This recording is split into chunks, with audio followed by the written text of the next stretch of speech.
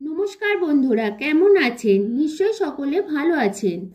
আমি ঘোষ কিচেনে আজকে নিয়ে এসেছি ড্রাই ফ্রুট কেকের রেসিপি। এই রেসিপি আপনারা প্রথম থেকে শেষ পর্যন্ত দেখুন। ভালো লাগলে লাইক করুন, শেয়ার করুন, আর যারা চ্যানেলটিকে সাবস্ক্রাইব করেননি তারা চ্যানেলটিকে সাবস্ক্রাইব করুন।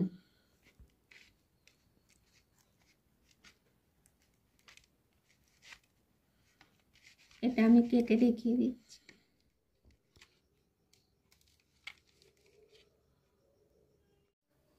ড্রাই ফ্রুট কেক বানানোর জন্য আমি প্রথমে এরকম দুটো ডিম নিয়ে নিয়েছি।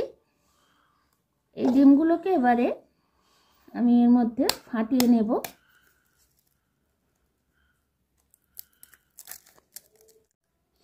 ডিম দুটোকে আমি এবারে ভালো করে ফেটিয়ে নেব। ভালো করে ফেটাতে হবে ডিমটা। এবারে এর মধ্যে আমি দিয়ে দেব চিনির গুঁড়ো। 1 কাপ পরিমাণ চিনি আমি এটা দিয়ে দেব। দিয়ে এটাকে ভালো করে ফেটিয়ে নেব। এর মধ্যে আমি দিয়ে দেব সাদা তেল। এটা দিয়েও আমি ভালোভাবে এরকমভাবে ফেটিয়ে নেব। এরপর এর মধ্যে দিয়ে দেব 1 কাপ পরিমাণ ময়দা। ময়দাটা আমি আগেই চেলে নিয়েছি। এরপর দেব 1 চামচ বেকিং পাউডার। বেকিং সোডা দিয়ে দেব অল্প পরিমাণ। আর এটাকে আমি ভালো করে ফেটিয়ে নেব। ড্রাই ফ্রুটের মধ্যে আমি নিয়ে নিয়েছি কিশমিশ, কাজু, আলমন্ড, মোরব্বা এবং চীনা বাদাম।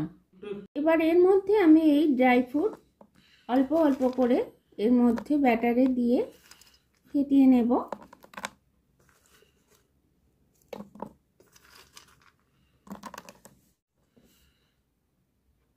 এবার এর মধ্যে আমি দিয়ে দেব 1 চামচ পরিমাণ ভ্যানিলা।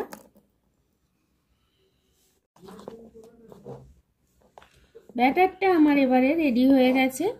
ব্যাটারটা রেডি হয়েছে আমরা বুঝবো কিভাবে? আমি চামচে করে ওপর থেকে এরকমভাবে ফেলবো। এটা যখন স্মুথলি পুরো আমার চামচ থেকে গোটাটা পড়ে যাবে তাহলেই আমি বুঝবো যে আমার ব্যাটার রেডি হয়ে গেছে। আমি একটা পাত্রের মধ্যে ঘি নিয়ে নিয়েছি। ঘিটা আমি গোটা গায়ে এটা মাখিয়েও নিয়েছি। এবার আমি ব্যাটারটাকে এর মধ্যে আস্তে আস্তে ঢেলে দেব। ব্যাটারটা ঢালার পর আমি একটা এরকমভাবে পাত্রটাকে একটু নেড়ে নেব যাতে ভিতরের এয়ারটা বেরিয়ে যায়। আমি কড়াইটা আগে থেকে বসিয়ে দিয়েছি। এর ভিতরটা গরম হয়ে গেছে এবং এর মধ্যে আমি স্ট্যান্ডটাও বসিয়ে রেখেছি। এবার এর মধ্যে আমি এই ব্যাটারের পাত্রটা বসিয়ে দেব। দিয়ে এটা চাপা দিয়ে দেব। 10 মিনিট পর এটা আমি একবার খুলে দেখছি। এটা হয়েছে। এবারে আমি বাকি যে ড্রাই ফ্রুটগুলো ছিল সেগুলো এর মধ্যে আমি দিয়ে দেব। কারণ প্রথমে সবটাই দিয়ে দিলে এগুলো নিচের দিকে চলে যায়, তাই আমি এটা উপর দিকে ড্রাই ফ্রুটগুলো দিয়ে দেব।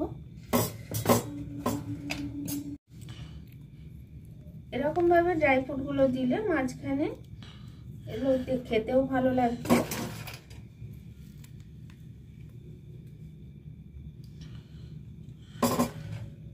আধ ঘন্টা পর আমি কেকটাকে একবার খুলেছি। এর মধ্যে আমি এই ড্রাই ফ্রুটগুলো আর একবার দিয়ে দেবো। এটা উপরে থাকবে। এরকম সুন্দর করে আমি সাজিয়ে দেব। 40 মিনিট হয়ে গেছে আমার। এবারে আমি এটা খুলে দেখব। কেক কিন্তু আমার পুরোপুরি রেডি। ড্রাই ফ্রুট কেক আমার পুরো রেডি হয়ে গেল। এবার আমি এটা ঠান্ডা হওয়া পর্যন্ত অপেক্ষা করব। ঠান্ডা হলে তারপর আমি এটা বার করে নেব। কেকটা ঠান্ডা হয়ে গেছে। এবার আমি এটাকে সাইড থেকে আস্তে আস্তে কেটে নেব। কেটে এটাকে আমি বার করে নেব।